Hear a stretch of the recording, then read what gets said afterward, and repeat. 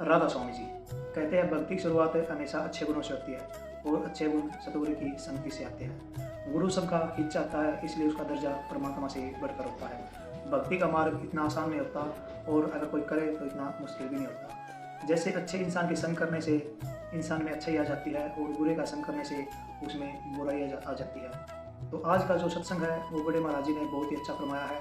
उसमें महाराज जी ने सतगुरु की अहमियता को दर्शाया है। तो सत्संग को पूरा सुनने का कष्ट करें। उनकी बड़ी भारी दया थी, इसलिए सतगुरु की जब दया हो जाती है तो फिर कसर कौन सी रह जाती है?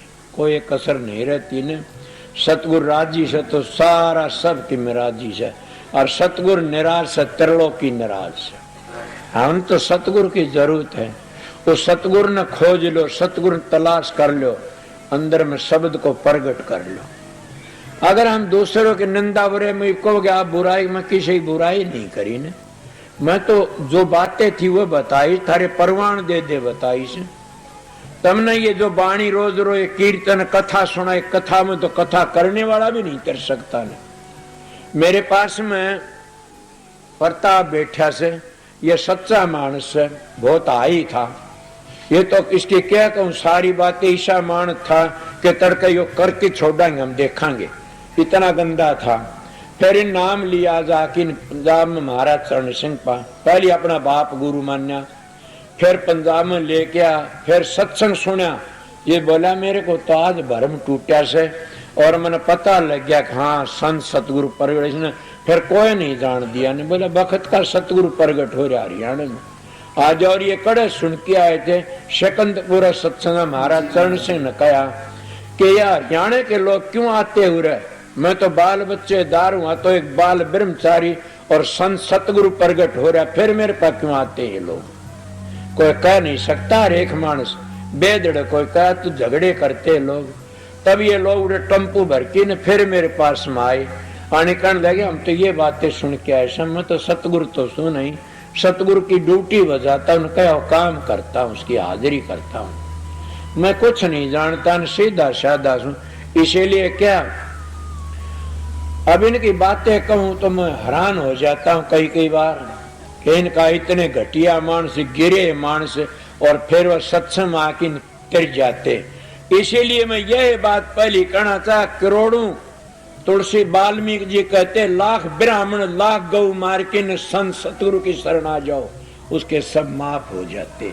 या तुलसीदास वाल्मीकि जी ने पकड़ो मन तो पकड़ियो ना, उनने कही सब वाल्मीकि रामायण में कि वो सारे माफ हो जाते। इतनी मैं कहता हूं सतगुरु शरणा लीजिए भाई, ताते जीव नरक न जाई, ये गुरु नानक साहब की वाणी से। और मैं भी ये बात कहता हूं सतगुरु स्वामी जी का, सतगुरु राजी तो करता राजी, काल कर्म की लगन बाजी।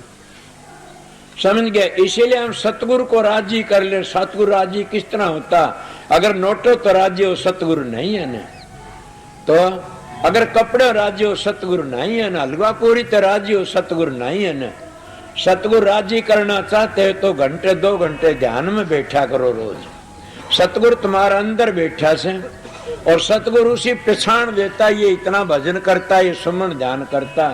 मेरे पास में कई भाई आ जाते, वो कहते हैं मेरी सुरत सतलोक में पूछी, मैं कितने को नहीं पूछी, गिर जाएगा मर जाएगा। कड़ा सूरत पूछ गई तेरी बावड़ा क्यों मर रही इतना ऊंचा चिड़की ने, उरे बैठा रो नजदीक, मारा काम बनेगा जी बता दूंगा। गिरावट आ जाती है उन लोगों की ऐसे ऐसे। और जो काम करते उनको देख के कहता हूँ देखे भजन थोड़ा करया कर ना, अगर ठीक नहीं है, और थोड़ा तू खाना बहुत ज्यादा खाता इसलिए कम कर दे, और काम भी धंधा भी कम करे। और भी बात बताता हूँ कि जितनी मन की कल्पना इनको छोड़ दे, नहीं दिमाग में ठीक नहीं सन। मैं मेरे सत्संगियों हर एक को आ जाता हूँ, देख के बता देता हूँ। और मेरे पास आते किसी को नहीं कहता तू ध्यान में बैठ जा, कभी नहीं कही मैं किसी को आश्रम में कि तू ध्यान में बैठ जा। ये मैं जरूर कह देता हूँ कि तेरा भजन नहीं बनता, मेरे पास आ जाए, बीने 2 मिनट ठहर जाइए, भजन बन जाएगा। अगर बन जाता है कि मेरे सतगुरु की दया, जैसे स्वामी जी महाराज ने कहा था कि मेरी समाज पर कोई जानवर भी लकड़ जाओ वो भी मोक्ष में चला जाएगा। तो इसलिए मेरे गुरु महाराज की दया थी, तेरा आश्रम में कोई आवेगा बीमार भी ठीक होगा, मतलब विश्वास होना चाहिए। और तेरा अपना अजीब कोई भी 184 नरक में नहीं जागा, जिसको तू अपना लेगा। और फिर तेरे दोहरा की भजन बिठाने की जरूरत नहीं, रेडिसन आप ही काम करती है। रंडिये को मोल में जाते हो तो कितना हो कमजोर, उसकी रेडिसन गिर जाता हो, जा बढ़ता उनके घरों में। और साधु महात्मा घर में जाता है उनकी गद्दी पर, उनके डेरे में, तो रेडिसन काम कर, उनका तप करया चक्कर काटता रहता, उसकी खोपड़ी में बैठ जाता, वो भी झुक जाता जाके। इसीलिए वह प्यार देते, संतों की रेडिसन काम करती है। इले संता दौरे जाइए, हमारी लिए कोट कर्म कट जा के पहली बुरा कमाए कर बिस्की बांधी पोट, कोट कर्म पल में कटे जब आए सतगुरु की ओट। के सतगुरु की ओट आए तो कोटि जल में पाप कट जाते हैं। इसीलिए मैं आपको 1.5 घंटे 1.25 घंटे सत्संग सुना दिया। आप मेरी बात सुनो सब के सब, के जितने भाई बहन आए से घनी तावड़त उनकी मर्जी से, प्रसाद बना प्रसाद ले जाइयो, मिलत का ढील में। एक बात, दूसरी बात यह से कि मैं शाम का सत्संग नहीं करूंगा न, 1 बजे तक 3 बजे लगे एक सत्संग और दूंगा। जो सत्संग था तो सुन लिया, जाने वाले हूं तो जा सकते दूर के सब।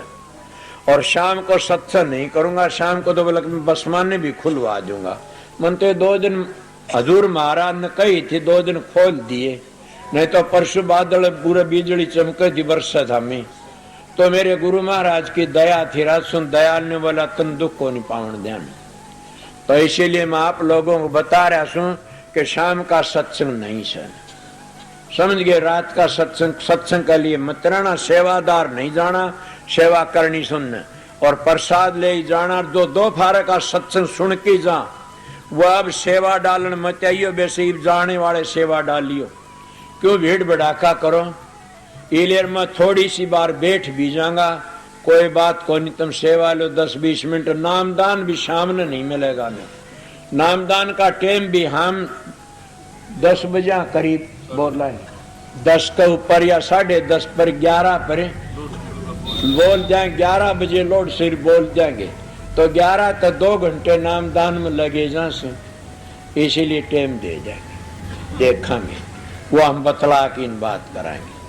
इले बता, अब मैं यहाँ बैठा सू, ये थारे एक और कर लियो, भीड़ भड़ाका नहीं, शांति आओ, इधर को भाई आओ, सेवा डालते जाओ, इधर को ये रे और शांति ते। मैं न हाथ धरूंगा न प्रसाद बनाऊंगा, किसी का प्रसाद बनाऊं जा उठे